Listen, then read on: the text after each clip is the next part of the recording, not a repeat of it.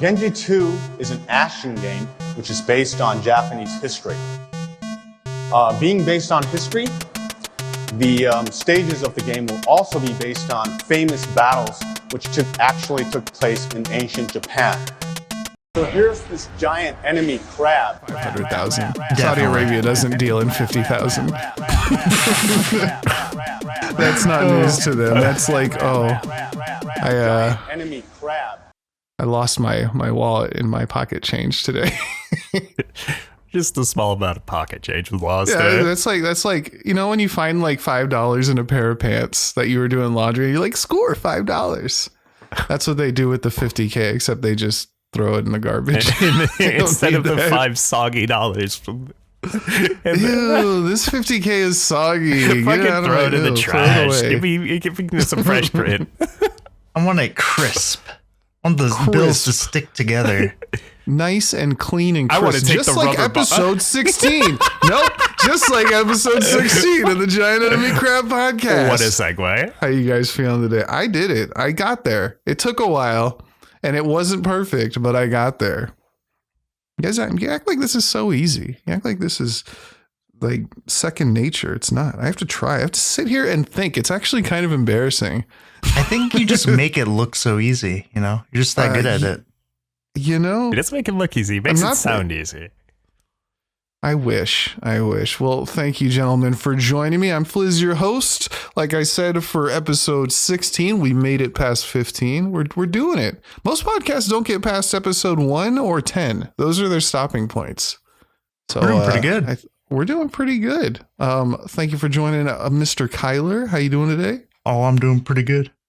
Nice. And Mr. Strider, I just can't get over how crisp, clean these vocals are. No more smacking glasses or microphone or anything. Hey man, I'm still wearing them, so there's always a chance. Don't worry, there's always a chance that you'll still hear my head say creak. I can definitely still hear. Can you? Oh well, the microphone is doing beautiful then, because we're good on this end. We can't hear all that noise like Tsun's ambulance going by. That's all. Oh, I did that. In case y'all heard it, like we couldn't actually hear the ambulance going by. So, and I left it all in there. So we just heard Tsun go wee woo in the middle of the conversation. And that was it. That's why it came off so strange. That was good. That was funny. It was a very Tsun thing to do. Yeah, it was very on brand for Tsun. So we we couldn't tell. We weren't sure, but anyway, it worked out. Any of y'all got anything fun for today? I took a look. I saw one or two things, but nothing that was any stronger. I know Strider's got an Astro Bot review, maybe some Final Fantasy 16 stuff. Yep, 16 for 16. But before that, I have what y'all got? I have something very funny to start with because I was saving it because I knew it'd make you mad. Guess what's getting a remaster? Oh, it'd make me mad? Yeah. Oh, Resident Evil 4. No, not Dino Crisis. No. Hello Kitty Sanrio Friends Racing. How'd you know? That would make me so happy. How'd you know? You got it. But no, multiplayer support. We can only hope. Yeah, no, they're apparently announced a remaster of Horizon Zero Dawn. Why? What are we doing? I don't know. It's been 7 years since that game came out. I don't think it needs a remaster. Like we are starting to get to the point where all we're going to be playing is remaster of a remaster. It's such a weird, like, I know that game feels like it's more popular due to advertising and like minor issues than people actually really loving the Horizon Zero Dawn brand, you know? Like, I don't know. I don't see much of the fandom, but I see a lot of stuff that involves this game. I could be wrong though, since they're remastering it already. I just think it's really funny how they keep having the worst release dates of all time. That's true. What's coming? What are they doing now? I mean, I don't know about now. Because I don't think it has a release date, but I'm definitely gonna keep an eye on that release date to see what's gonna come around that time. Because I mean, they're Try to release it around Monster Hunter World. Wilds. I hope so. I hope That so. would be. There would be no way. There's no way they can nail it a third time, right? Fucking Game of the Year. Because they released it at the same time as Elden Ring. I know that Yes, one. the second time. The first time I believe was Breath of the Wild, if I'm not mistaken, right? Oh man. Like they were released like within a week of Breath of the Wild. You know, but people are obviously still talking about Horizon Zero Dawn. Everybody liked Breath of the Wild, but you know, it's done now. I mean, I think the two games have sold like 15, 20 million copies or more.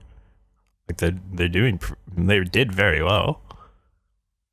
It's crazy. Like you'd think maybe they just understand something that like advertising doesn't get and never will, because it seems counterintuitive where like everybody's playing this one game, but they're going to want to take a break from it at some point. So maybe they'll want to play this other one instead of, you know, basically locking you at whatever console or computer you're at, rather than saying, "Oh, just play this one game. We'll release ours at a different time." Like, no, you're gonna want to break, and when you take a break, have some of this Horizon Zero Dawn. And you like that? Again. So tasty. Again. Is there any other remakes that are going to go along with it? I don't know. I mean, my only experience with Horizon Zero Dawn is through what I heard your wife playing and the disc launchers. Yeah. For 2 hours. Fucking disc launcher. I don't know anything other than the game, other than that. Yeah, you know, it's funny too, because she'd come to me and be like, "I need your help beating this part," and I'd be like, "I don't. I've never played this game before. This doesn't. Oh, it's the same as all the other ones. Okay, there you go. We're done. Moving on." Like, it's the same as every other third-person open world. You know, it's all those games. They're all the same. Well, and I think remakes too. I've heard that there are very unseps. Wow, I can't think of the word right now. I had it in my head, but it's just gone now. I can't think of it either. There's 4chan rumors basically that Final Fantasy 13, the trilogy, is going to get a remake. Maybe. Am I out of my mind? What is Final Fantasy 13? Why am I drawing a complete blank there? Lightning. Oh, that's why. Yeah. Oh, Hallways and Corridors, the game that nobody finished. Oh, yeah. I got you. Okay. I totally couldn't remember. It had been erased entirely from my mind. That single word unlocked some repressed memories. I had the key to trauma there. You did, man. That game. My favorite thing about that game is this is after Final Fantasy 10, 11, 12. Like I played all those, right? And I loved them. Not the one with all the ladies. That one was kind of weird to me. Yeah, 10-2. X2 or something. Yeah. I still beat it though. Like I played all these games. Ever since 7, I've played them all and beat them all and enjoyed my time. And then 13 came around and I couldn't afford it at the time. And my boy was, and I went to my buddy's house and I was like, "Oh shit, you got the new Final Fantasy?" He's like, "Yeah, it's yeah, I got that." And I'm like, "Hey, when you're done, can I borrow it?" And he handed it to me and went, "You can have it." And I went, "Are you sure? What? You just giving me this like free?" He's like, "Yeah, here's a strategy guide too." I was like, "Oh shit." Took that home. I got through. I gave it like a solid 5-6 hours before I called him and I was like, "Why'd you give me this trash? Why didn't you warn me, man? You want this back?" Oh, that was an unpleasant experience. But I know some people like it, I guess. Yeah. From what I understand, that game changes significantly like 15 hours in. Like it goes from I can see corridors to that. much more open areas, from what I understand. My biggest issue with it was it had an mildly interesting battle system, right? One that's been, I think it's the same thing as like I'm gonna be like called out, but it's like an action RPG battle system almost, right? And it went from like it's just continuous cutscenes and running through corridors to fight random enemies, and then when you get into the battles, there's an auto battle setting that is the same, if not faster, than what you can do yourself. So there's no real reason. I even like remember Googling it and trying to like, is there a reason I should be manually doing my? And they're like, no, You can just watch cutscenes and then get in a fight and watch a cutscene of that fight and then watch more cutscenes. And I was like, this is whack. Like if you're going to have an auto battling system, at least have negatives, maybe later on when your stuff becomes more complicated, you have more spells and more things you want to do. Sure. But for the first 5-10 hours, it was just, okay, auto battle, whatever. I don't care, which is not what I wanted at all. So you're getting both Zero Dawn remastered and 13 remastered, right? All 3 games of 13 specifically, right? Oh yeah. I mean, I've got to do them all, right? There's 3 of those? Yeah, there's 13, there's 3, 13 2, and Lightning Returns, I think. Yep, there's 3. Why? Those are like, as far as I know, those are considered the worst out of the newer Final Fantasies by far. I couldn't tell you. I couldn't tell you why.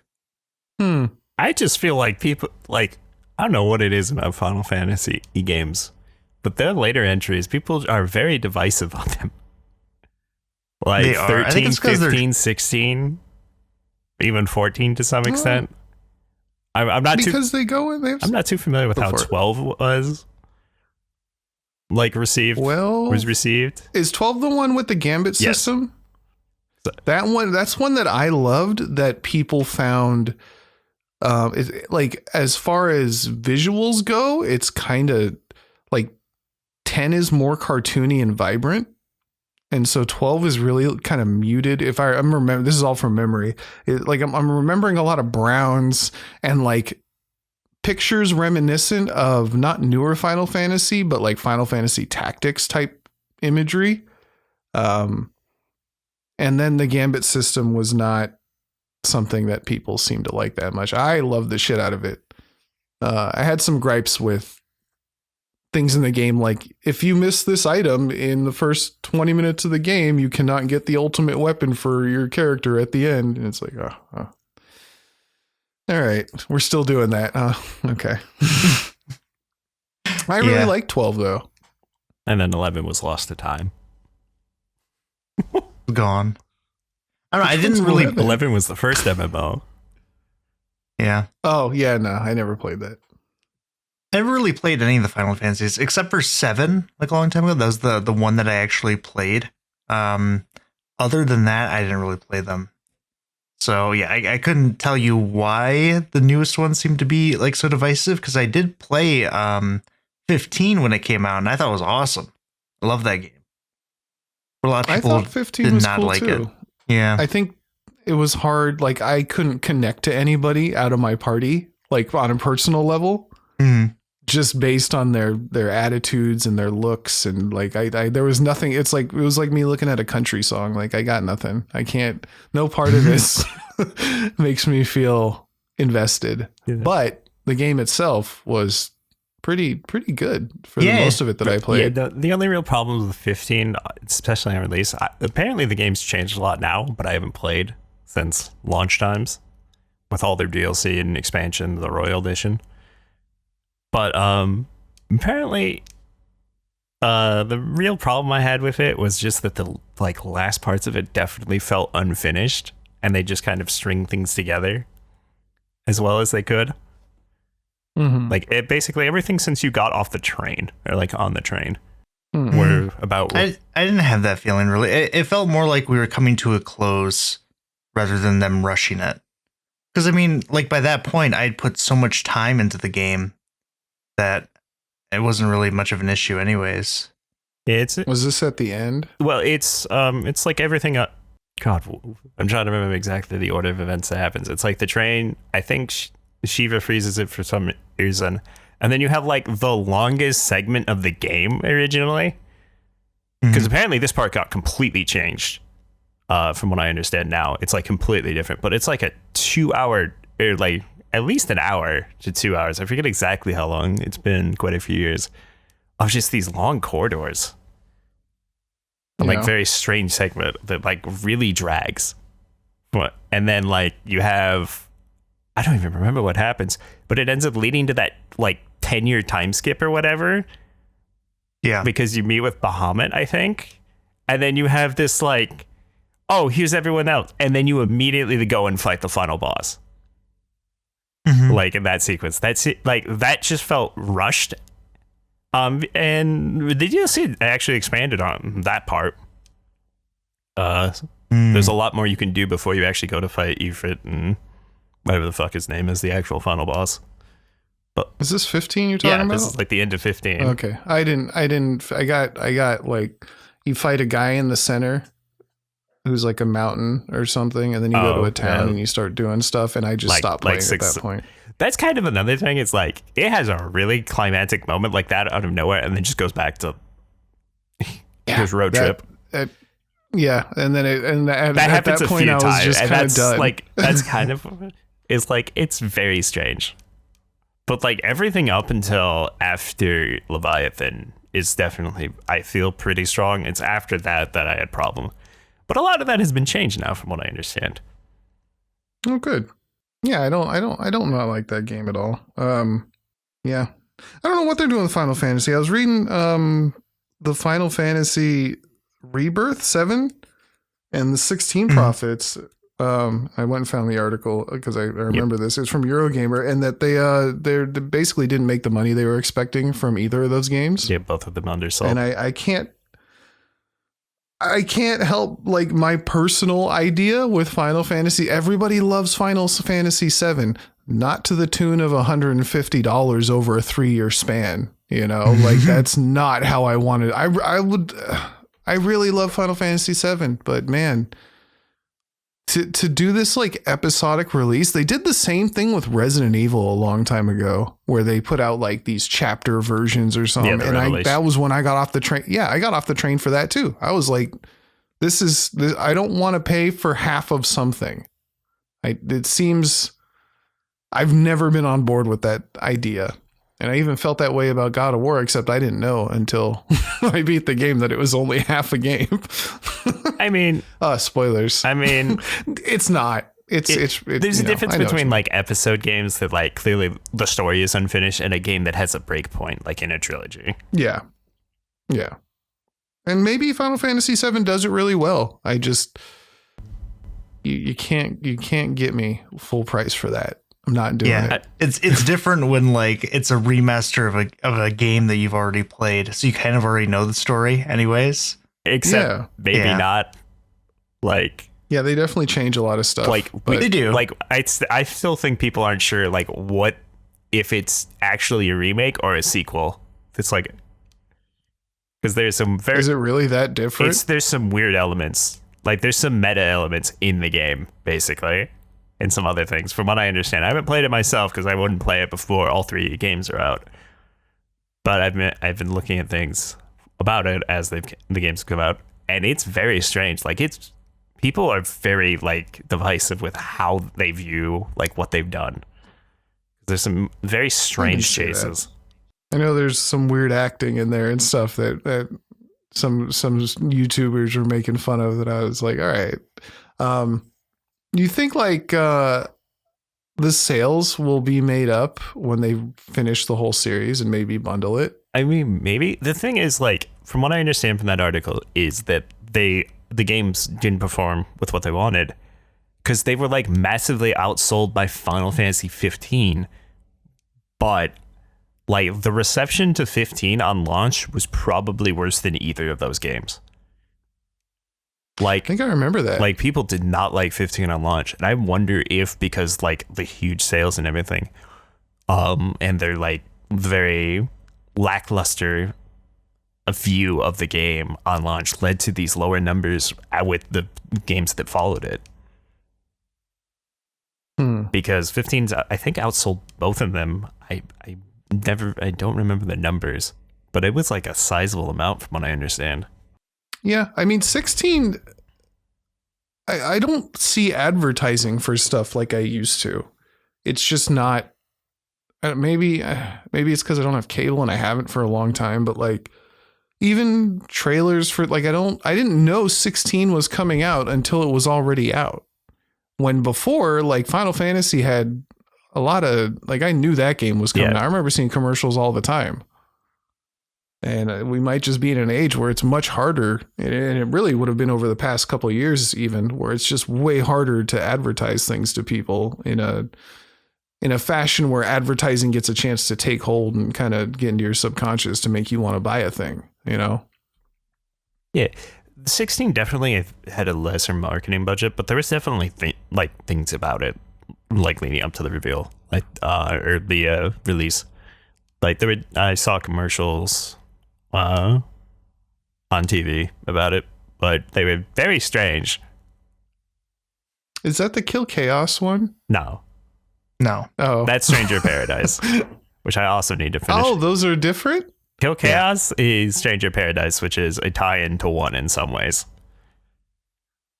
Oh, But so that's not a Final Fantasy anything. That's a whole separate. no, that is deal. Final Fantasy. It's a tie-in to 1. It's But like, it's not like 14 or 15 or I thought No. for some reason I thought that was 16 as well. no Chaos. So the one that I got the most advertising for was the joke one. The team didn't do it. Basically, yeah. Because there was definitely Alright. there was definitely a bunch of trailers and marketing, but it definitely did not it was definitely lesser than 15. I probably saw more for 16 than I saw for Stranger Paradise when I was looking for the two of them, from what I Yeah. remember. I never saw anything. Because I think the other thing with that is that Stranger Paradise released on Epic first before it came to Steam. So that definitely dampened like what I was seeing on it. Okay. You think any of this is going to be affected by Dawn Trails? Like, what? I guess we don't. We just don't know what Final Fantasy is really doing. I No. really knows? actually am curious, like how people who play 16 after playing Dawn Trail are going to view it compared to the people who played 16 before, or like on PlayStation. Now it's finally out on PC. I'm very interested to see if there's going to be a change in reception. Because I thought you mentioned like you'd played 16 and there were some moments in there that you absolutely were like, ugh. I will get more into it. Get more into it All later. But yeah, no, because like it's like the same writing is like in both. Really? Like, Ugh. yeah. Maybe it's not that bad, and we're just like we've had things with good writing, you know, intriguing, interesting writing, and not like classic RPG writing. That anytime we see that classic stuff now, we're just like bored. I mean, I don't think so, because even back when I played it 16 a few years ago, when I got to some of those parts that made me hate it, I literally went, "This is terrible. What the fuck?" Like, it stood out then to me, and that was before I really had my issues with Dawn Trail. Like, so this was like my pre-Dawn Trail experience. Like, it's so reminiscent of what you do in Final Fantasy 14. Well, I don't want to be reminded of what I did in Final Fantasy 14. I'm good off that. What else we got? There's that huge new lawsuit that everyone's talking about. Oh, yeah. Nintendo doing all their crazy things again and suing PalWorld, which is I don't know. We've talked about this a few times. How do you guys feel about this lawsuit that they're doing? Because it's specifically not a copyright lawsuit, which everyone thought was what's going to happen. Because when PalWorld came out, everyone thought that like, oh, this is Pokemon with machine guns, right? It's not that. At least the lawsuit isn't. It's a patent thing. And what they think the patent is, because we don't know what it is yet, is that apparently Nintendo has a patent for the act of throwing a object in 3D space to catch a monster. That is a patent that Nintendo has. I hate to be on the side of corporations, right? Like, Nintendo doesn't need any more. Regardless of whatever their numbers, like it's how people know Nintendo more than they know Jesus, which I'm okay with, right? But like, they don't need anything else. That being said, PalWorld deserves to be sued. You know, like it's imagine if you're an artist, right? And like you go to sue somebody for something, and then they're like, well, in PalWorld v Nintendo, like they made the same characters and they got away with it. It's fine. Like there's something about, and I know this isn't a copyright suit, and I think it's not a copyright suit just because if they had won a copyright suit, they could just be like, pay us money and you can still do your thing. But when it's a patent, when it's a core mechanic of the game, they're basically saying, we don't care about the copyright part. You have to change like the imagery is whatever. You have to change your whole game because this is just our shit, Yeah. and that makes sense to me. Like they're trying to shut that shit down, which you knew what you were doing when you made PalWorld. This isn't a oopsie. This is like you advertised it as Pokemon with guns, which Pokemon, being from Nintendo and a family friendly thing, does not want that shit going around. Like I am understanding. I am sympathetic to this lawsuit. I mean, the thing that's strange is that like when they were served this patent infringement lawsuit, Nintendo has thousands of video game patents. They weren't told which ones they were infringing on, and some of these can be very generic concepts. Because this I don't agree with. Because there's some that are bad. Yeah, I mean that's kind of the thing. It's like it's really boils down to what game mechanics should you allow it to be patented. Yeah, it's like those Fine Bros trying to patent React content or something where it's like, okay, it's like if you want to patent throwing a ball to catch a monster that you're going to keep as a pet and fight with, cool. If you're going to patent throwing a ball, then we're like getting to some issues here, And these are just the patents they got. I'm sure there's a bunch of other ones that they're like, nah, you can't patent the word monster. I'm sorry. Good old pocket monsters. Well, that's the thing, right? Is like there have been other games before that are literally just basically carbon clones of Pokemon that have not gotten a similar lawsuit. Like you can look at like Temtem, you can look at Koromon. This is literally just Pokemon, but a different company is doing it with a different art style. Like it's the same exact thing, but it's just not Pokemon. Yep. And they have not as popular. Yeah, that's what I was saying. Is it's not as popular. It has not made nearly as much money as PalWorld has. So I think this is more of just PalWorld getting. God, how much money did they make? Like it's really almost $1 billion. I'm pretty sure. I think it's like 850 million. It's probably more just Nintendo wants to get a hand in that jar there. They're like, nah, you gotta cough some of that up. Come on now. The other thing is very important about this is that it's two Japanese companies. So this is going to be settled in a Japanese court by their law system. It's not American law or any other. But from what I understand, like these patents, a lot of Japanese companies have them.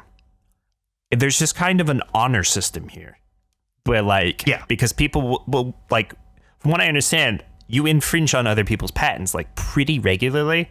It's just there's an honor system to like not take each other to court over it because everyone's stealing from everyone type situation is basically what it is. Which is why like this lawsuit is very interesting. And like you said, the big thing between PalWorld and these other games like boils down to a few things that people were speculating. Is there's like they copyrighted the act of throwing a sphere into 3D space to capture creatures like that. I think the exact wording. But it's the fact that PalWorld is 3D and the fact that what you throw is a sphere, which is like that's what most of the other games that we were talking about, examples, you don't throw spheres because I believe the sphere part is the part that is one of the main things Nintendo copyrighted. Because like they'll throw anything from cards to like triangles. There's even I think one of the whatever game uses triangles has like lampshades. It's like this is super unwieldy. It's just no one wanted to use spheres because it's like Nintendo has this. Like this is a bad idea. Yeah. And the other one is that they patented, like, I can't remember the exact wording because it's very specific, but it's like the act of mounting and getting off a creature in 3D space for movement or something like that, which they did in Arceus, which is the other big idea of which of these two the second patent that people think they might have been sued for. which is That's crazy. Like, we own getting on a horse. yeah, basically in a 3D environment. Yeah, like it's crazy that you can patent these things. Well, if anybody would, I would expect Nintendo to. Which sucks because, I mean, I don't know, are these patents in the, I mean, this is way beyond my knowledge, but like, do patents work the same in the US and Japan? Like, if they have patented something in Japan, does it still have like a statute of limitations or statute?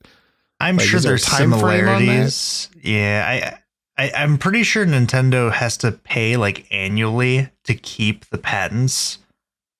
It's not like in the US where if you patent something, it's there for like so long, or good for so long. I think as long as they keep paying to retain the patent, they're okay. But I could be wrong about that. I have no idea. So you're just guessing. Okay. No, I do know that they do have to pay annually to retain the patent, but I don't know about the time frame specifically on when or if it can stop.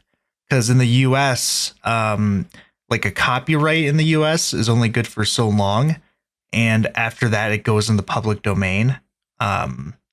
And I remember Disney at one point fought with the US justice system to expand that to like 80 years or something ridiculous. And eventually they did lose the original Mickey Mouse after so much time had passed. I've seen a lot of Steamboat Willie Yeah, yep. fucking messes going on. But I'm sure it is a bit different in Japan. But either way, like Nintendo's lawyers are they know what they're doing. So if they are doing this, they're pretty sure they're going to win something big. So the only thing is we probably won't see the result for this for like a few years, because like these type of lawsuits, when it's so vague and just like, you know, should that really be something you can patent and sue someone over? it tends to be like such a conversation that it just lasts forever. Like it's just stuck in like a legal loophole, or not loophole, like a legal kind of circle forever. Luckily, PalWorld has made so much money they can afford like all the legal costs, but still. I mean, I guess they can afford, but they don't have Nintendo money, you know. So I know I saw people saying, yeah, they got money, like a little bit. They can do some stuff, but if Nintendo wanted to crush this, they could. You know, there's not a lot PalWorld could do about it.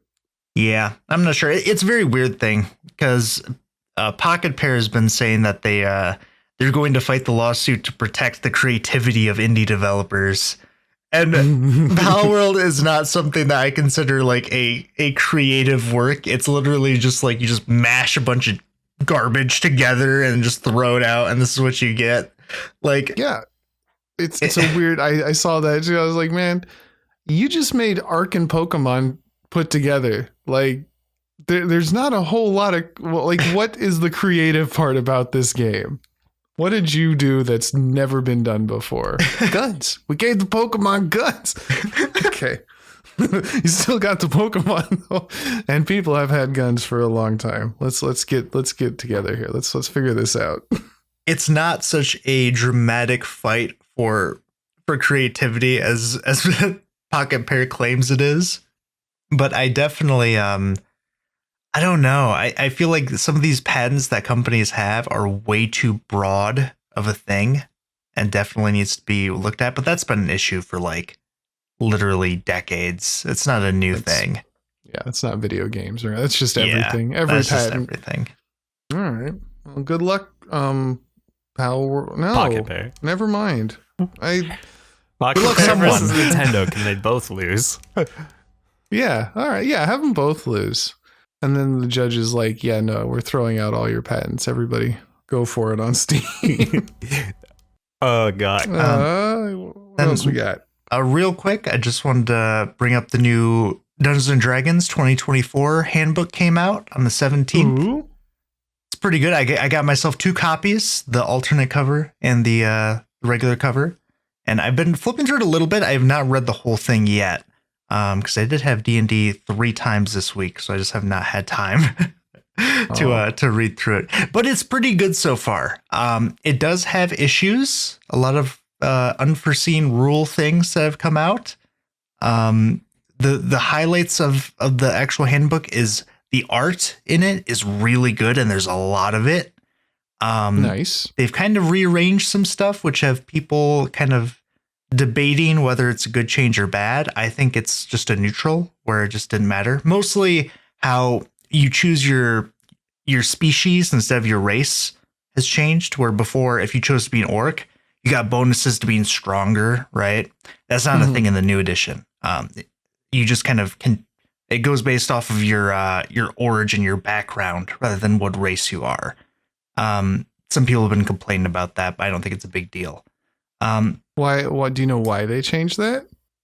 It's because they want to make more creative builds, because they don't want people to not make like an orc wizard because orcs are stupid. They don't want to do that anymore. They just want to change that and be like, you can kind of do whatever you want and make your character how you want them to. I like that, because I every time I was like, I'll be every time I've wanted to make a character, I'm like, oh, who's the best fight? Oh, it's this barbarian. What's a barbarian like? Strength. Who has the most strength? Orc. I guess I'm an orc barbarian again. Yeah. Yeah. So that's good. That's good. Yeah, it was kind of already a thing, though, which is what's kind of funny, because Tasha's Cauldron of Everything, that expansion, brought the rule where you can just have 2+2s and put them wherever you want, no matter what your race is. So it's like, yeah, I think it's more if you really have an issue with it, just do it how the old handbook did it before and you're fine. It's like, it's such a non-problem. There are some rule problems, though. Like now, a cleric can technically have their entire team do a short rest in the middle of combat, and they can just gain all their health back instantly, which is kind of funny. So some rule problems, but other than that, the handbook is really good. There's some new classes in there that are a lot of fun. The art's really great. There's a new like rule glossary in the book now, which makes like using the book as a reference tool actually feasible instead of just Googling it like I usually do. It's really nice. And the covers themselves also look incredible. So I definitely recommend it if you were thinking about trying to get it. I probably wouldn't play the new edition until the monster manual comes out, just because it might be a little unbalanced. Like if you're a good enough DM where you can kind of adjust things as you need to, that's fine. But if you're kind of newer, I'd wait and just stick with the 2014 if you're already playing it still. Dang, it's been 10 years. Yes. Yep. Wow. Been a while. All right. Every time I see, shorts and stuff of people playing D&D, like I want to play again. And then I remember being like in the chair for 4 hours. I'm like, I want to, but I also don't. That's what I was saying. Maybe we could get Shadow Dark a shot at some time. You said that was more streamlined. It is. Yeah. That'd be kind of fun. It's definitely a fun one. I am interested in running a Shadow Dark campaign real quick for us. So we might record that and do that and post at some point. Ooh, I like that. Okay. Well, I'm on board. I'm sure that won't be a nightmare to schedule. What do you mean? I think it would be fine. I think we could do that. Maybe. I don't know, man. I don't know anything. This kid, man. It's so much. I just wanted to say one thing. More Blizzard fun. Oh, no. Hearthstone is failing as it's been on the decline, because I used to be an avid Hearthstone player. Like I definitely hit some of the top ranks the first couple months I was playing, and I slowly petered off because I wanted to play around with decks. But I used to play the shit out of Hearthstone. I probably spent $1,000 on the game over the years that I played it. And I stopped because the only way to keep up with Hearthstone, and this is where I think their major problem is they're like, the best decks cost you quite a bit of money through RNG card packs. And you can make your own cards, but that's still way more expensive than just randomly opening the one you need, which never happens. And every time they release a new, every season, they got new cards, and you got to spend money again to make a deck that can compete with anything past like whatever ranks there are. I remember I'd always get to like the 5th highest rank, and then I'd just be like, this is just fighting the same deck over and over again. Anyway, They said, "Oh, I know how we can stop people leaving our game. Let's fucking make a $60 skin for a Oh, hero." yep, that. Oh no. It's funny if like the best part to me is they done this when I started. They were just starting to release skins for the champions or whatever, and it's literally just a like tiny little portrait of a guy who maybe says something different if you spend the $10-15. It's kind of stupid. I can't. It's like the most worthless type of skin. You don't. It's like a first person skin. Like it's stupid. It's so stupid. I mean, it just reminds me of, oh God, I forget. So, what game it was. I can't remember the name, but there was a shooter that came out very recently that was like a 3v3 round-based shooter, right? But the gimmick behind it is that you control two bodies. You can only control one body at a time, but you have like a backup life. I forget. Okay. But that sounds familiar. the game had a $90 skin pack on release, right? And they're like, "Oh, we've heard you guys complaining about the skins, so we're listening to our community because you say these skins are too expensive, and we have dropped it to $70." We're doing it. We're helping the people. The best part is this bundle already was on sale originally. It's like originally like $120. Like, and it's like 4 weapon skins in a melee weapon skin. Like, it's fucking nothing. But they're like, we listened to our community. We dropped it from $90 to $70. Nice. Like, Gross. thanks. What heroes? What real hero? And as you can tell, it really helped this game that you can't remember the name of succeed in the long run, right? Like, It's somewhere in my It wasn't wish- the finals. It was something. No, it's not the finals. It's something entirely different. The finals is on like season 4 or 5, and I don't know who still plays that. Apparently, people do. That's a popular game, if I'm to believe what Steam tells me.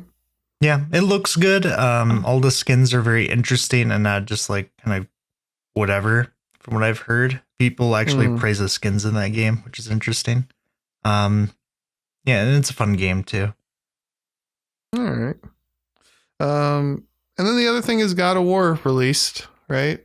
So God of War Ragnarok is out on Steam, and I don't know anything about it. I just haven't had the time to play it.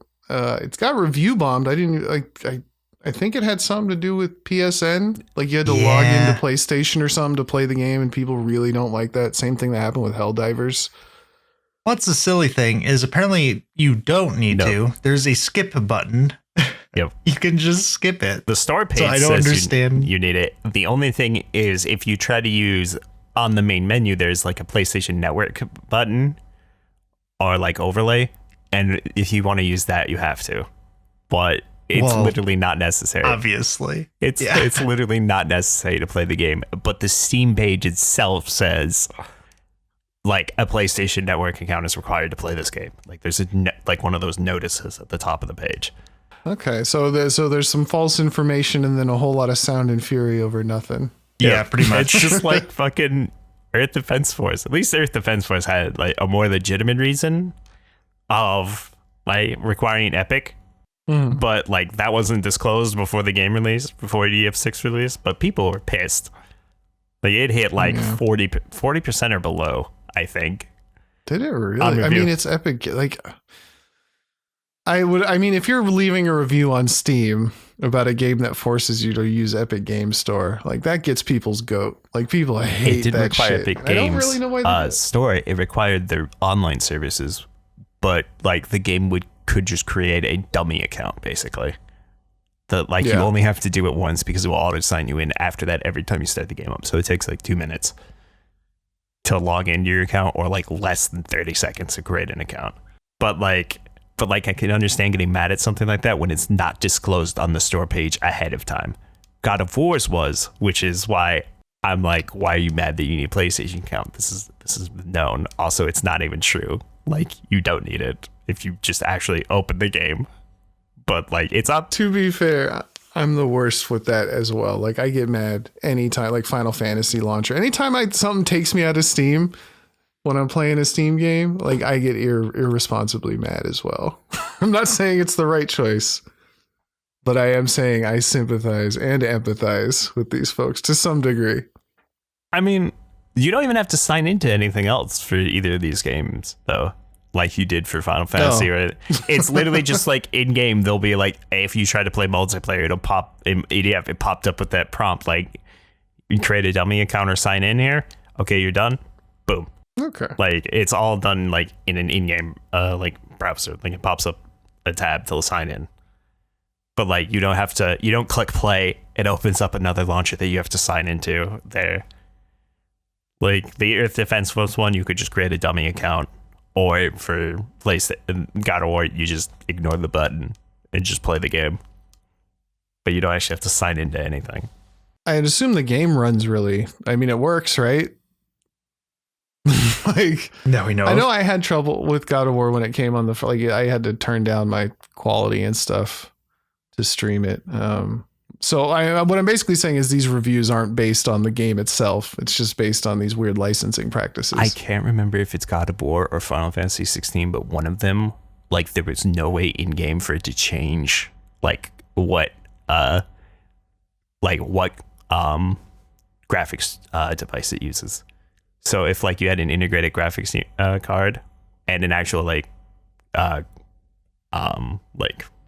video card, a 2080, 3080 or something like that, but you had an integrated graphics, it would just grab the integrated graphics and there was like nothing you could do to change it. And so the game just could not run. And like people are like, how the fuck do I do it with this? Like, there's literally no in-game way to change this in the options. I don't even know the first clue on how you would actually change that. Because I've never had to deal with that, so I don't know. But apparently that's an issue. But I can't remember if it's God of War or Final Fantasy 16. I think it would be Final Fantasy. I don't think it's God of War. I haven't heard any performance issues with God of War yet. Yeah, you can play on Steam Deck. It's just the fact that it like doesn't allow you to change that. It's very strange. Because I'm more certain that it's God of War, but this was also like only one review that I saw. So it might be just this guy's fucking stupid. You just can't read. I couldn't find the option to do a thing. I mean, if you've seen their Steam reviews, they're not the brightest of us. Yeah, some of them are. Some of them are also, hidden gems. how many Those people like you could just tell didn't open the game? Yeah, like it's telling. When I get mad at something, I like to know why I'm mad. Like, that's a more interesting part. Some people just like getting mad first thought, and then they go post a Steam review. You actually just reminded me of something. So apparently, I wanted to. I have a little piece of discussion here. Final Fantasy 16 in its ultra settings apparently cannot do a 4K 60 FPS on like absolute top of the line hardware. You need without like at native. You need DLSS and FrameGen to hit like above 60 FPS. It's like it stays around 80. Do you think a game should have graphic settings that like are future proofed, where like current hardware can't render them very well, or can't render them like at a solid 60 FPS at max settings, and that we should have settings like this for future proof stuff? No. Okay. That doesn't make any sense. Yeah. Okay.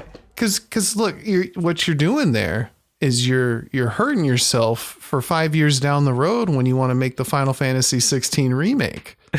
Like you're hurting your own business. You're right. Just keep it so everybody can play the fucking game. I don't want my computer to explode because I tried to see what the highest quality graphics were like. Like, that's because I was reading people talking about this, and people are like, it's fine. Like, I mean, apparently Final Fantasy 16 has some performance issues, so this might be a problem. Well, is that something you could fix with a patch or an update, or is this something that's just the way it is forever? It just sounds like it's unoptimized, so they'll be able to do some things with it. But even back when I played on PlayStation, there was definitely issues with it. This is kind of what I was talking about the other day with like, yeah, so you played that game which was made for the console and it struggled on the console, which is just so strange. I like that idea is so beyond me. I don't think we should be in that territory at all. But whatever. We'll future-proof games instead of making sure they work on the shit we have now. Whatever. All right. Well, if that's all you got, then you say you had Astro Bot? I have Astro Bot and Final Fantasy 16. Which one do you want to hear about first? Let's finish off Final Fantasy 16 because we've been talking about a lot of that. So Final Fantasy 16 is a game with very high highs and some pretty low lows. To start off, game's pretty. Looks very pretty. Even when in performance mode, which is what I played on. Game definitely has some performance issues. Certain places definitely struggle to maintain that 60 FPS and would drop fairly low. But there's almost no issues during fights because it dynamically scales the I think the resolution is the main way they achieve this. It's I never really noticed a massive drop in quality during fights, but I know it's there because that's what they're doing to maintain the solid 60 FPS. Because fights, I can't really think of a time where it really dropped when it during a fight. All the performance issues were when you were walking around in a state. You're just hanging out, stuttering. And this is a PS5 version you're talking about, yes? Yeah, and it's not stutter where the game hitches. It's just the frame rate drops to 40s. Yeah. But there's no like hard freeze or anything. Okay. I never had a crash. Game worked fine from start to finish. The thing with like the open world segments where where the performance is definitely the worst, they don't feel necessary. They're just big open empty spaces with a few things to fight. Like the most interesting thing that they have is like the hunt targets, which are like named monsters that you go and fight, or unique boss fights. I'm kind of like running into a huge issue with games. And I think the first game I really noticed it in was Destiny, where you just have these huge open areas. And that's like a positive. Like people talk about that like it's a good thing. And there's just nothing in it. There's no reason to really explore. There's nothing to really look at. You have a lot of space to go from A to B. And I don't know why that's a thing. Like just, it should be. I'm almost more on board with mission-based games at this point. I can't do the empty open world shit anymore. I was just going to say it might be like a fatigue problem where every game is trying to do it. So every game you run into, like, oh, time to walk over here. Yep. All right, time to walk back. And these are only like open world in that they're just really large areas you traverse through. Like it isn't seamless. Like you pick from a map screen, basically. Like they connect to each other, but you can at any point pull up the map and go somewhere else. But they're all connected, like in a linear path from what is your hub, the hideout. But they're basically just giant open segments, but they don't connect seamlessly into a bunch of different ones. It's just a line, basically. Like this is area 1, then it goes to area 2, then to area 3, and then once you finish fighting, like, because usually what the story would do is you go through like one path to fight to get to the mother crystal, which is your overall goal throughout the entire game, is to destroy the mother crystals. So it's like you progress on like area to area, going towards finding a mother crystal, because usually one is the focus at any time. And then throughout this, you'll have these things they call action stages, which are just basically like more traditional like mission-based segments. Like there would be like just fight a bunch of enemies, traverse a little bit more, fight a bunch of enemies and so forth. Then you have a mid-boss, then you have like a final boss type thing, which are definitely... Isn't that what people want from RPGs though? Like I keep thinking of like Tales of Arise, right? Where I enjoyed my time with that game, but there was so much about that game that's cookie cutter RPG stuff. And that's what, the dialogue to the plot to, that's what people want though. Right? Like to an extent. Yeah. So here's one of the big problems with 16 to a lot of people is that as an RPG, it's really bad. As an action game, it's pretty solid, but not the greatest thing. 'Cause like you have very few choices. Like the gear system is basically you got a better sword, equip the better sword. You have a better piece of armor, equip the better piece of armor. You have a very basic skill tree that you can things into that is like, let's hack out of a dodge or something, and then the upgrade of it is now it's stronger. Okay. And then as you collect the icons, the summons, basically I think there is 3 skills. You can only equip 2 for them, and then there's their unique action. And that's basically it. And then you can upgrade them each once to do like something different or more damage or more hits or so forth. So the action part makes up for this though, right? Yes, to an extent.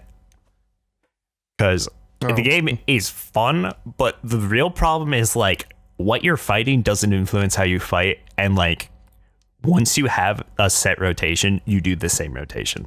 Like it's the most efficient thing. Because most boss fights, which is where you would use most of the like your longer combos type things, is you have basically the stun gauge below it, and then once that bar depletes, that's your main damage window, and the boss will basically just fall over and you wail on it.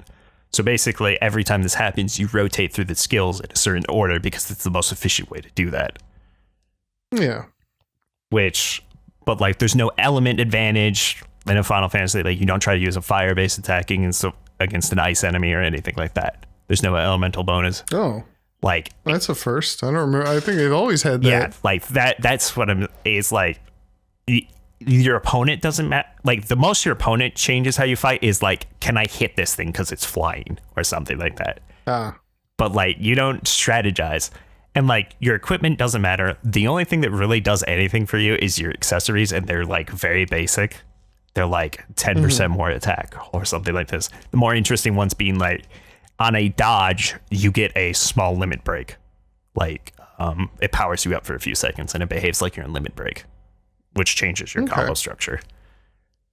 But like you can chain the combos together or the abilities together in a very interesting way on like small enemies. Because like you can air juggle them, slam them back into the ground, continue the combo from there. Like basically kind of like a DMC light. It's just bosses don't move, so like some of the combos don't work, and you just kind of end up having to do whatever, like your high stun moves till they fall over. Yeah, because anytime they're just like stat checks rather than like they're good fights. It's just they're not like done interestingly in terms of like engaging with mechanics. It's more that like they're gonna throw out a bunch of different attacks that you have to dodge. Like more traditional like Souls game boss type thing. Mm-hmm. But there isn't like strategizing on like I need to seal this thing, like this thing's ability to use magic or so forth, and then hit it with an elemental weakness or like debuff its attack or something. Yeah, because one of my biggest memories from like that kind of stuff, and it's just something simple, but playing Final Fantasy and being in like, there's one part where you fight like a ghost monster boss around Red 13, and up until that point, you've just been doing the same. And then that one's like, oh, I can use my heals because this thing's undead. And so technically I can just one shot it if I'm able to hit it with a revive. Like it's such a simple thing, but that's been around forever. It's weird that this game doesn't have that kind of stuff. And like the boss fights are really cool. They're definitely actually like probably my favorite part of the game, especially like your big boss fights like Odin, Bahamut, Titan, and the final boss Ultima. Those are all standout fights. And they're definitely my favorite part. And they're like 30 to 40 minute, like massive visual spectacles that are actually still pretty fun to play. Not the most difficult thing in the world, but there's like unique mechanics and phases in each fight. It's basically a character action version of Final Fantasy XIV raid bosses, is how I would describe it. That sounds fun. They're very fun. The fucking Bahamut fight is one of my all-time favorite fights in any video game. And the Odin, Titan, and Ultimate are also very good. They're just... The game kind of... In my opinion, Bahamut is the coolest fight. Favorite of them all. Like, there's a bunch of cool story things that happen leading up to it. But the fight ends up taking you out into space. And then you start fighting Bahamut in outer orbit. And it's a great visual spectacle. And because for a lot of boss fights, you'll eventually transform into your icon form, which is Ifrit. And they managed to make the actual like playing as Ifrit feel very similar to how you play as the main character Clive. And so it's a ton of fun. And it doesn't like, it's not like a gimmick. It just feels like an extension of like what you were already doing. All right. Yeah, I feel like a lot of times when that kind of stuff happens in games and boss fights, I'm like, this is cool, but also I spent all that time learning how to do all that other stuff so I could use it. I don't really want to just, what was that? Asura's Wrath, where towards the end of the game, you just become a rail shooter for the most part. You're like, oh, all right. But if they found a way to integrate that, that's kind of cool. Like these fights get on the spectacle of Ashura's Wrath. It's kind of crazy. Side quests are fine in terms of story, but holy shit, they're bad in gameplay. They're like, I have a quest for you to do. Go to this place, talk to this person, come back. Oh, you need to give them this. Go back. Oh, come back. But like it's the Final Fantasy. It's the Final Fantasy trademark. The 14 trademark. It's terrible. Ugh. The thing that really drags it out is like you'll do like an hour or two of story, right? And then you'll look at your map like once you got out of a sequence, and here's 5 new side quests. And they just get worse. I can never finish that. They get worse as the game goes on, except for the ones at the very end of the game where it gives you like 14 or 15 of them at the same time are probably the best side quests in the games because they close out some characters, like side character stories. Okay, so those are necessary. Yes. Not necessary, but you know what I mean. They're the only ones I would actually recommend doing.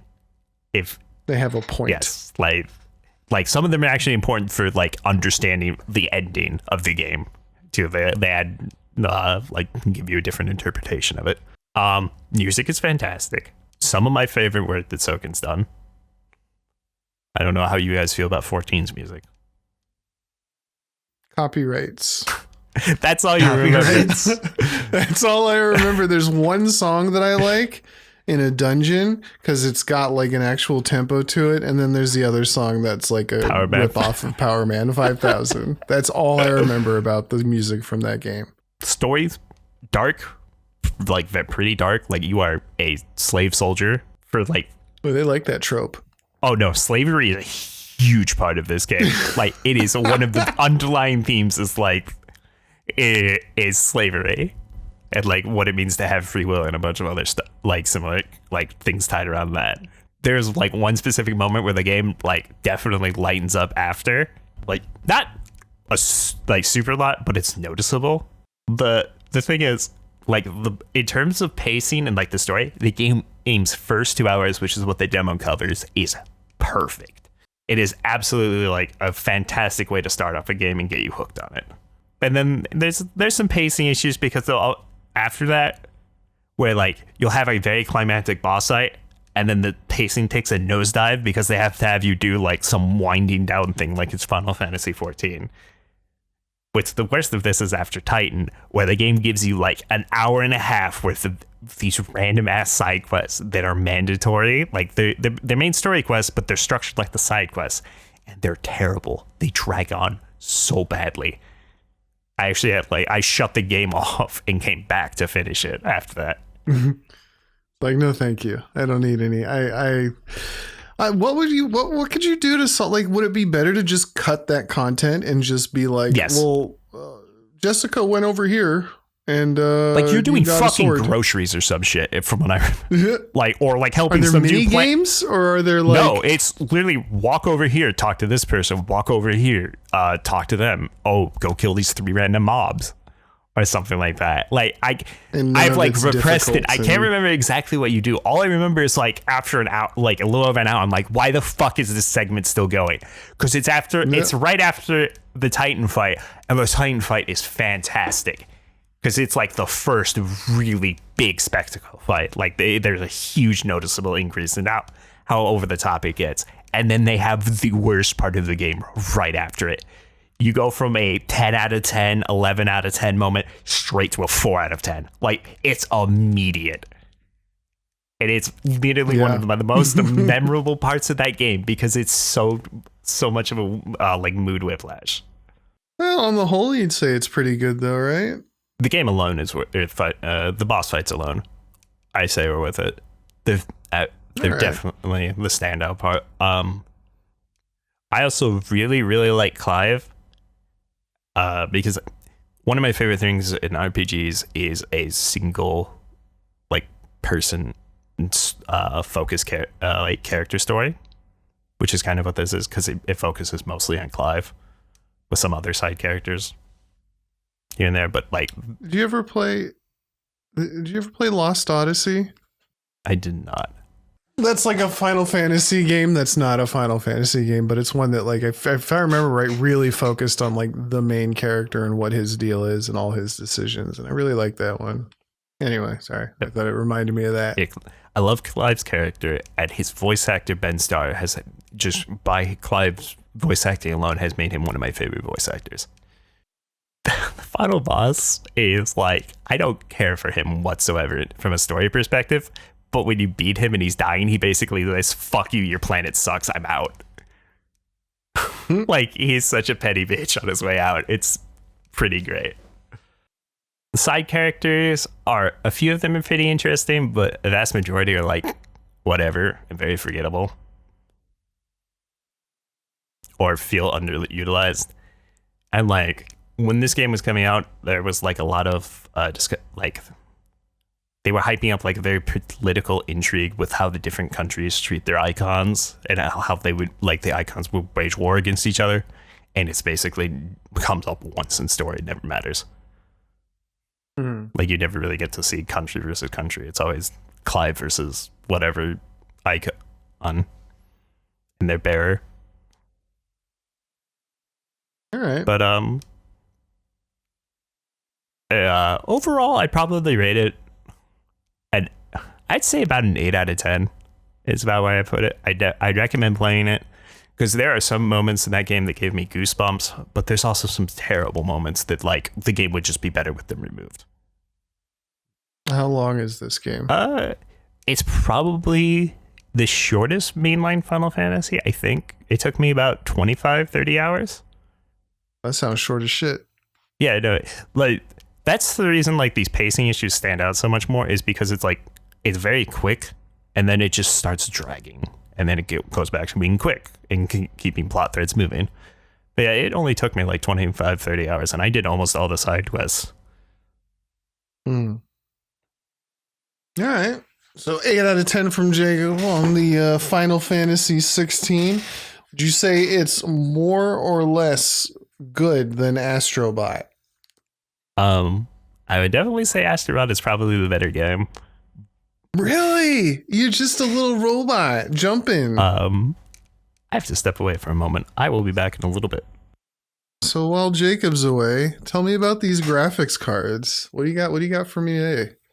I don't have any details on like what it's like, how powerful they're supposed to be. It's more just kind of like an analysis on the current and next gen graphics cards to kind of put a perspective, because the 4090s, they use a ton of electricity, right?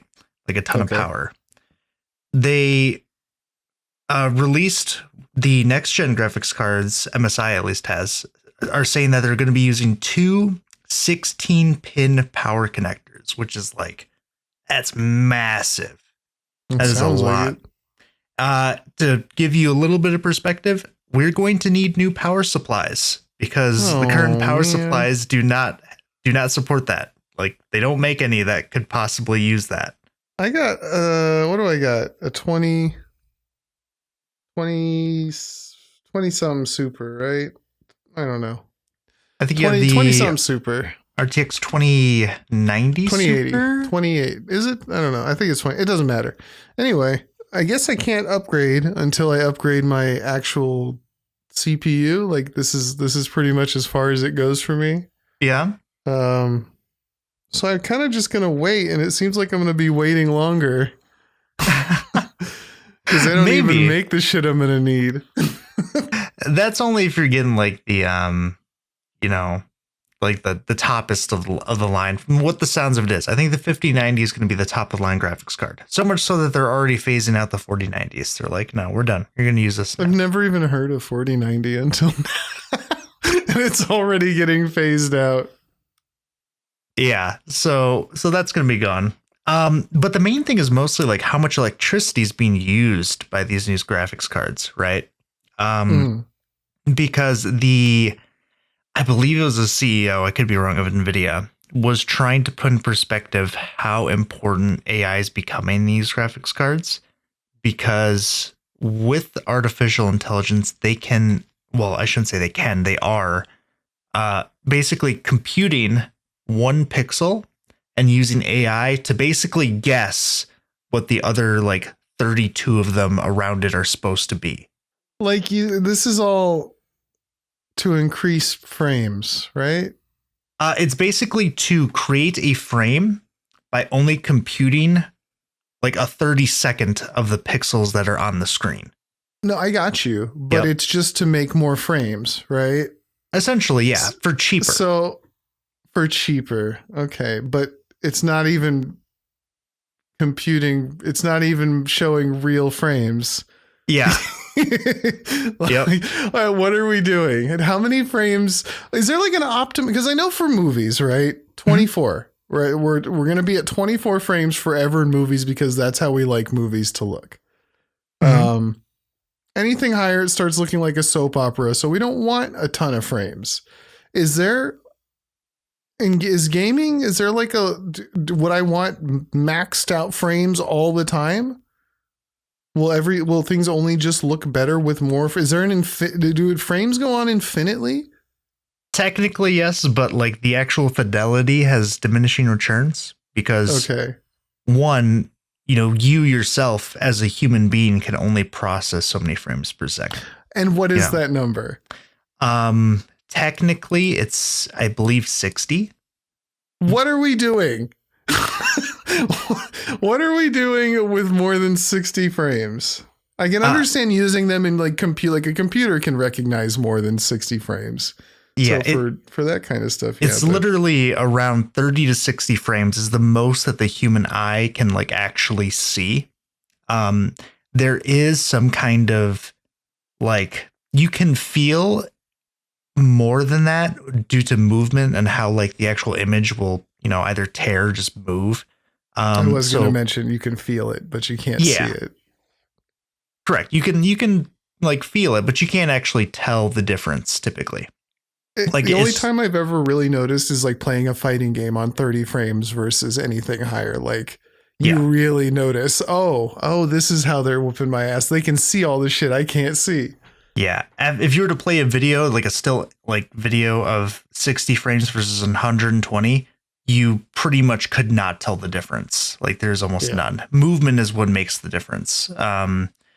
And with AI, we've been using it to just generate frames between frames, right? That's something that has been done for years. Even TV does it, but we're getting like way better at it where games can do it now too.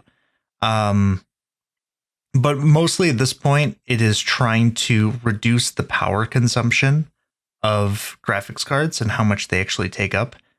Because we're getting kind of up there. Like we're starting to make like 1200, 1400 watt power supplies now in order to deal with this shit. And so go ahead. Well, I'm just kind of like, what does that equate to like to what I have in my computer right now is 750. Okay. And I think I have the strongest computer out of all of us. So are we worried about like electricity costs from running your tower? Is that what's going on? Or like, are we just overheating everything? Or like, what's the problem? Kind of both. Because remember how I was saying like the graphics card that NVIDIA is making computes like one pixel and infers like 32 others. If you were to remove that technology, you'd basically increase the actual like computation cost and electricity cost by like several magnitudes. It would like multiply multiple times. So that's like how important this is getting. And also, just like we were saying earlier with how Final Fantasy 16, like just walking around town, we're dropping down to 40 some frames. And we're at the point where a lot of video games, you're not really playing video games anymore. These are like dynamic movies at this point. Yeah, that's true. Like these are visual spectacles, as Strider was saying. We kind of need to do something because I guess the things we're making as game developers at this point are like such a strain on like what is the hardware that we're making or are able to make that it's becoming a problem. Like there's only so much we can do at this point. Like we can create things that are way stronger, way more fidelic than what we're actually able to run at this point. Oh yeah, all our PS5s and Xbox, like that shit was outdated a year ago. Yeah. Like it's crazy that I don't know. It's my PC can't play the new stuff. The consoles can't play the new stuff. Like, how rich do I have to be to play video games? Pretty quick here. Like, Yeah, this is and- gonna become a niche rich person's thing. It's not even at that point anymore, because even the top end video cards, like we were saying, can't run some of this stuff. Like they just can't do it. And I wonder if it's more a question of, is this really like the games are too, like, the graphics are too intense? Or is this like a programming problem? Is this like we're not actually using the hardware efficiently enough?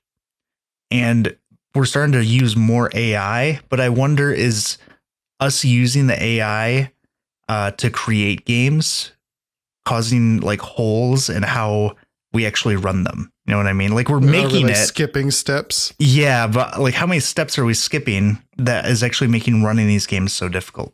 That's like something I can only like guess at. I honestly don't and know. That's kind of what I was getting at, is like, yeah, you can do, but the average person isn't running like a quarter of the shit you need, Yeah. you know, in their desktop. So who are these games being made for then, if they're made for future me, I guess? I wonder why Final Fantasy VII isn't selling well. Meanwhile, the 10 people that can play the game. Oh my God. Seems pretty good. I am back. No, it's not that bad, but one other thing before we continue on that I want to bring up was the EA conference that they showed off their new like artificial intelligence game generation.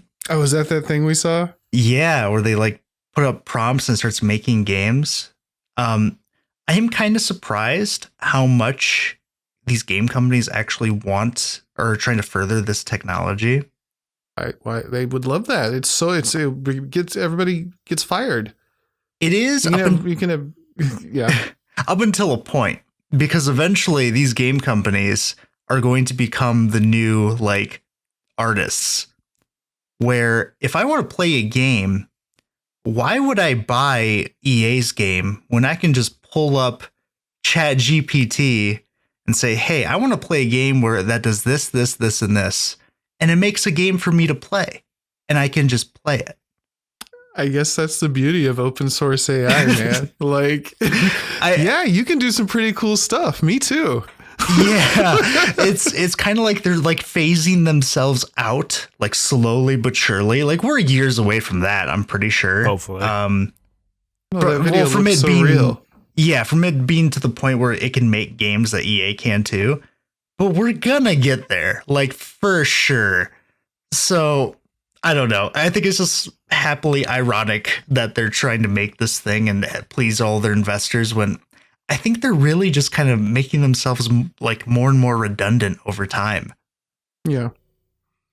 Well, it feels like the kind of technology that'll influence, like it may be starting to some degree with video games, but it will move and like become a much bigger thing very quickly. Yeah. For sure.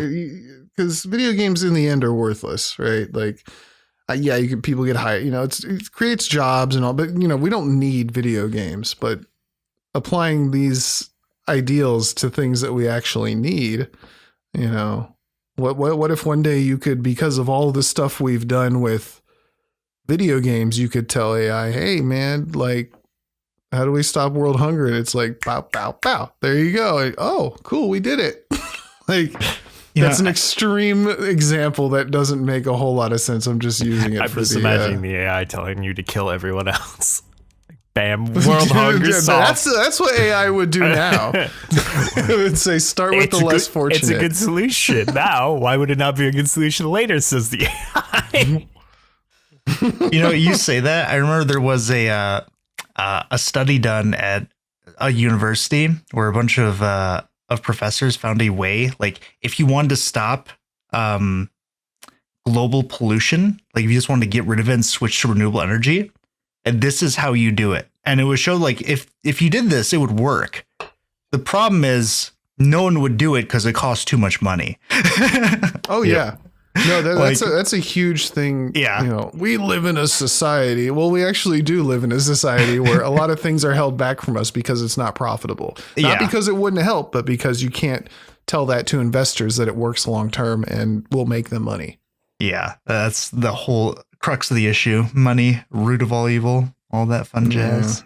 Man, people suck. We could be so much better than we are. We really could. Yeah. If we stopped worrying about borders and differences and you know, just all this nonsense.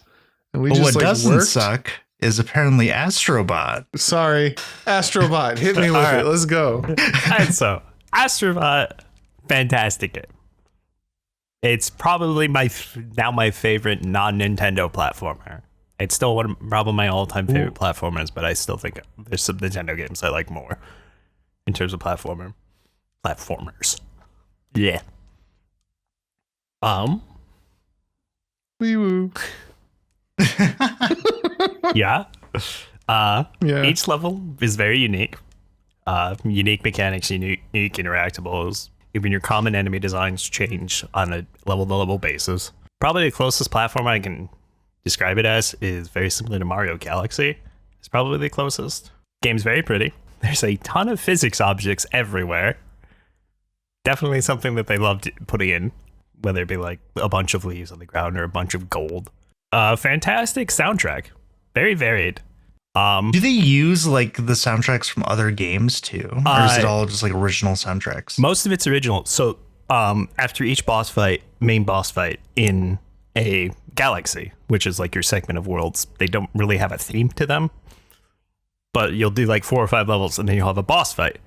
After that boss fight, you'll have a themed cameo level where like the mascot character from a game will basically hand you like their iconic weapon or whatever or tool, and then you'll get an entirely unique ability for that level based on that what it was. So there's a God of War theme level where you get handed the Leviathan axe. So you can throw the Leviathan axe and pull it back. Indeed. It has its freezing mechanic. That level is also has a secondary mechanic where like there's a bunch of Odin's ravens that you can find, like how you do in God of War. You get something for finding all of them.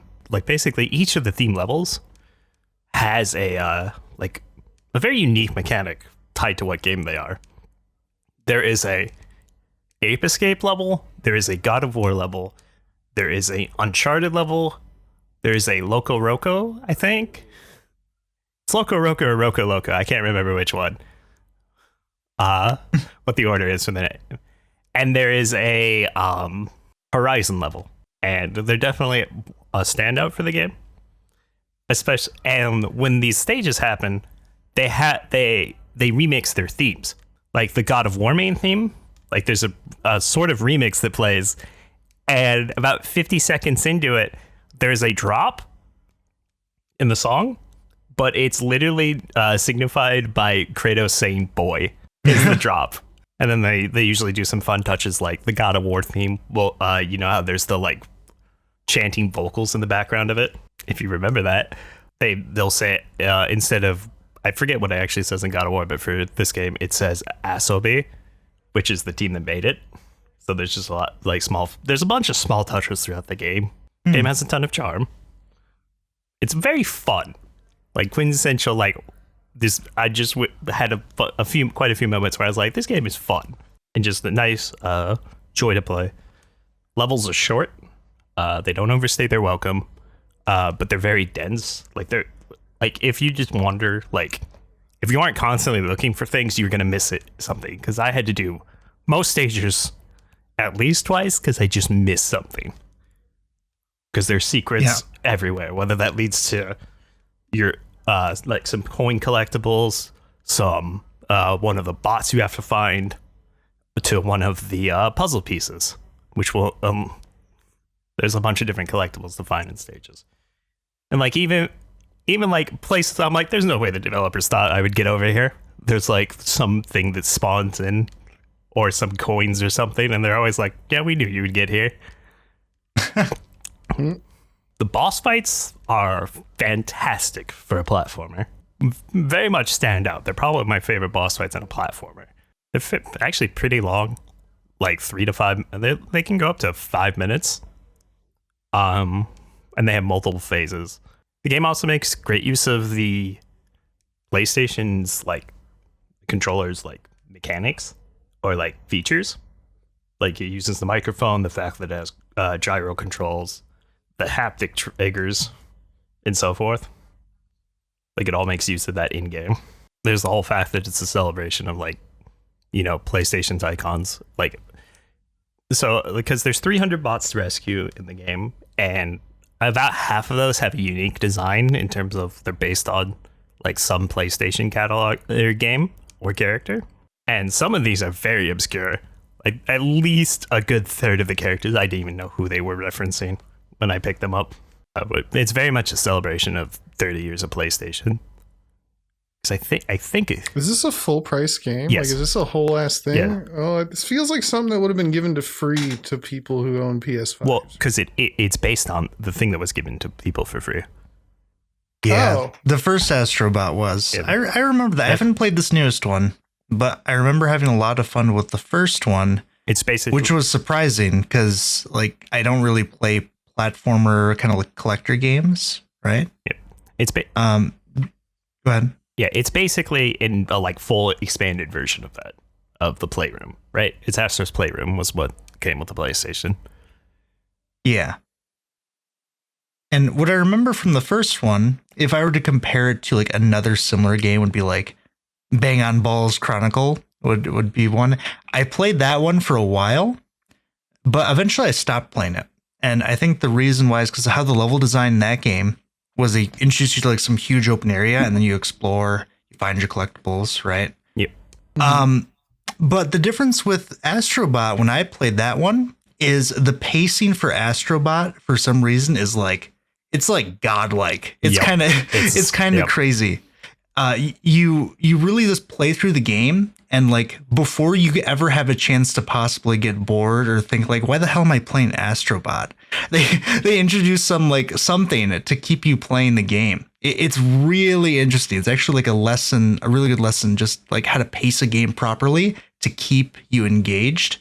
And they also introduce like all the, you know, the references to other games too. So you can be like, oh, look, it's what's his face from this game and all this other stuff. And it's very charming, like you had said, at least the first game. Yeah. The other one I don't know. Astrobot's the exact same way. It's very much the same thing.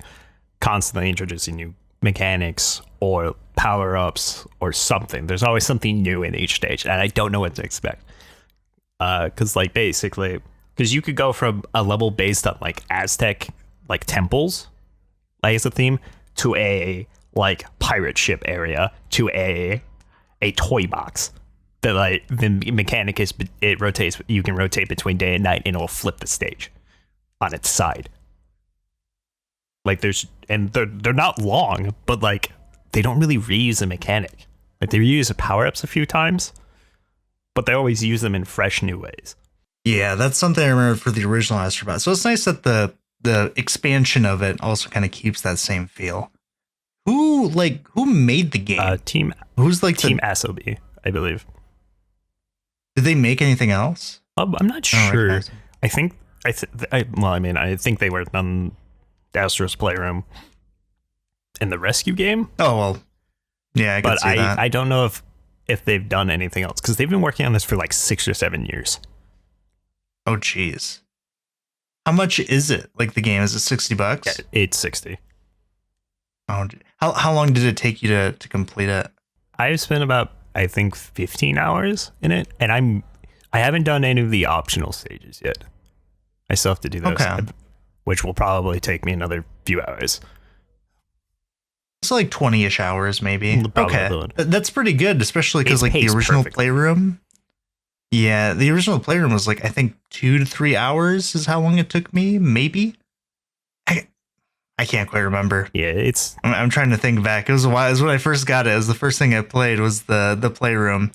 Because I don't even think there was any games really out for it yet that I wanted to play. One thing I will note is that like you need an average than higher number of collectibles for this like type of game to finish it, because you need to collect at least 2/3 of the bots to finish the game, which and like some of them are pretty hidden. It's not, but anytime you replay a stage, there's a thing you can buy for 200 coins that you've been collecting. That basically will just have a bird spawn above you, and it'll start beeping whenever you're near a collectible or something you missed. Oh, so like a little radar or something. Basically.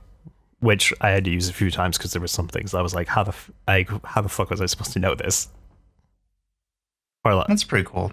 In addition to like the 4 to 5 main stages per area, there's these there is always like 3 quick battle stages where you just fight a few enemies and then get a bot for it.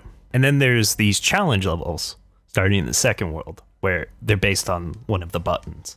Like there's the lost circle void, the lost cross void, lost square void, lost triangle void. Oh. And they're 4 levels that basically they have no checkpoints, and they can take up to a minute and a half. But they're like the most challenging parts of the game. And they're basically challenge levels where you basically have to do like a like obstacle course gauntlet or something similar. They're all very unique. That sounds pretty cool. But they're definitely the hardest part. Some of them took me 2 dozen attempts to get through. Because any hit in this game kills you. So one mistake and you get sent back to the start on these. The final stage of the game is very much a standout. Because you basically have been chasing... so the plot of the game is that the PlayStation 5 is basically your spaceship, right? Mm-hmm. And you get your... it gets broken by some random alien thing. Which I think is like Alien Bully. Is like literally what the game calls it. Xbox. It's like Nebulax, I think is the like main one is what it's called. Nintendo Lax. Nintendo. Oh fuck! Watch out, they'll sue you. Yeah. Actually, we patented the They space probably have ship. some patents that are being used in Astro Bot. Looks a lot like Mario anything. That's true. Yeah, you're not allowed to jump into 3D space without paying us $10 per jump. You can't be Italian or you're going to copyright jail. I don't think Astrobot's Italian. Never know. We won't. They removed it. Fuck, what was I? Right, the final stage.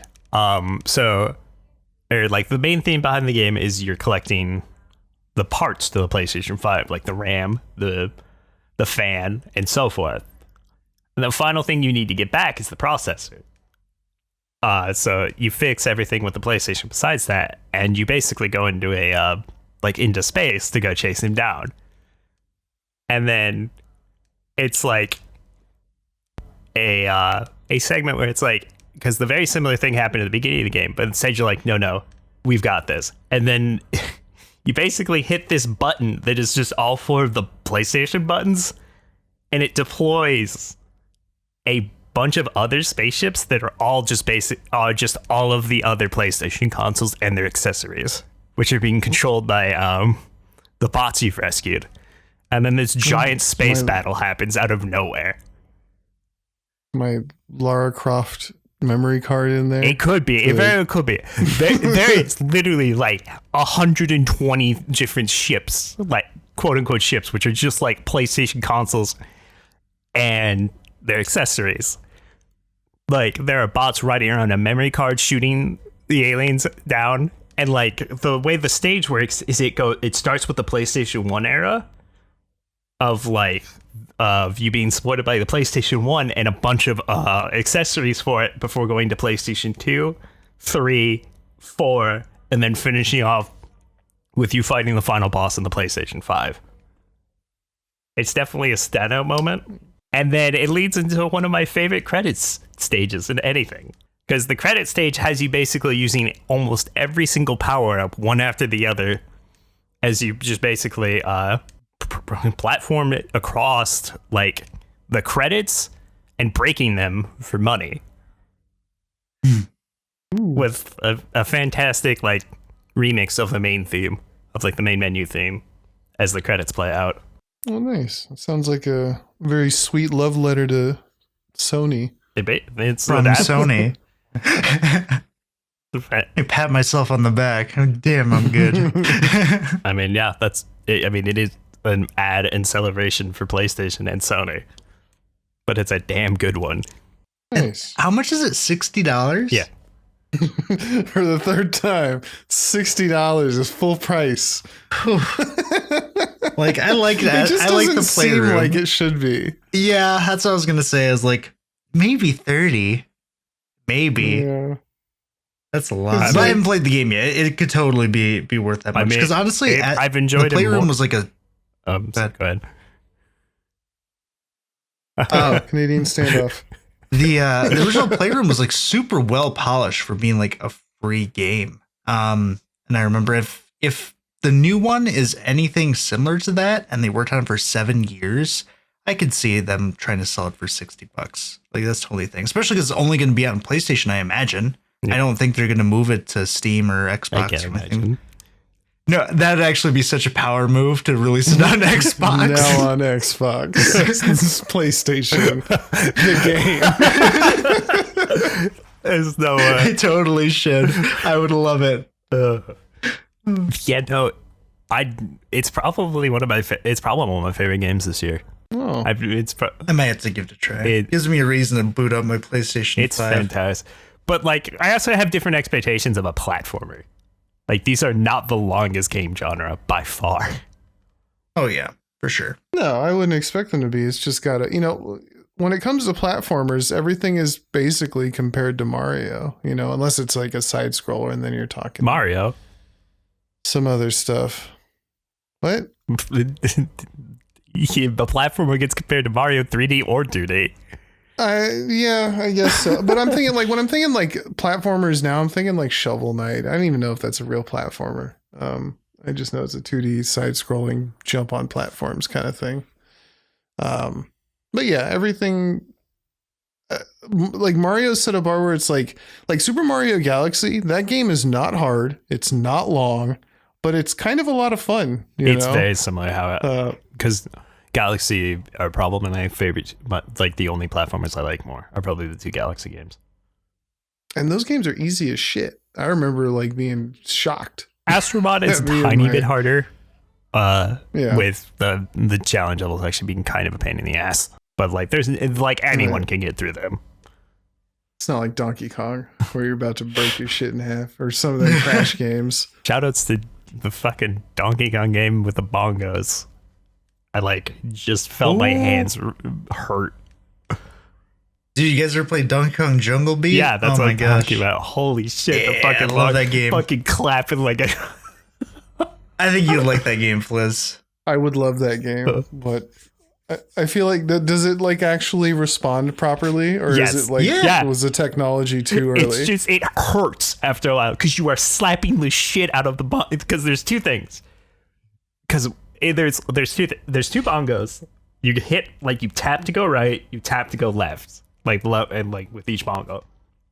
What the fuck was jump? Was it both of them at the same time? I think it was both, or Yeah. or clap, one of the two. It was Clap both or was clap. to literally, because there was also microphones, so you would clap, and it would basically grab everything around you or interact with a mechanic. Yeah, that's what it was. Yeah, because and there was Oh, for me, it was always the fights. Doing the fights in Jungle Beat where we had to beat up the other monkey. Oh my the gosh. fucking punch out segments. Yeah. Holy.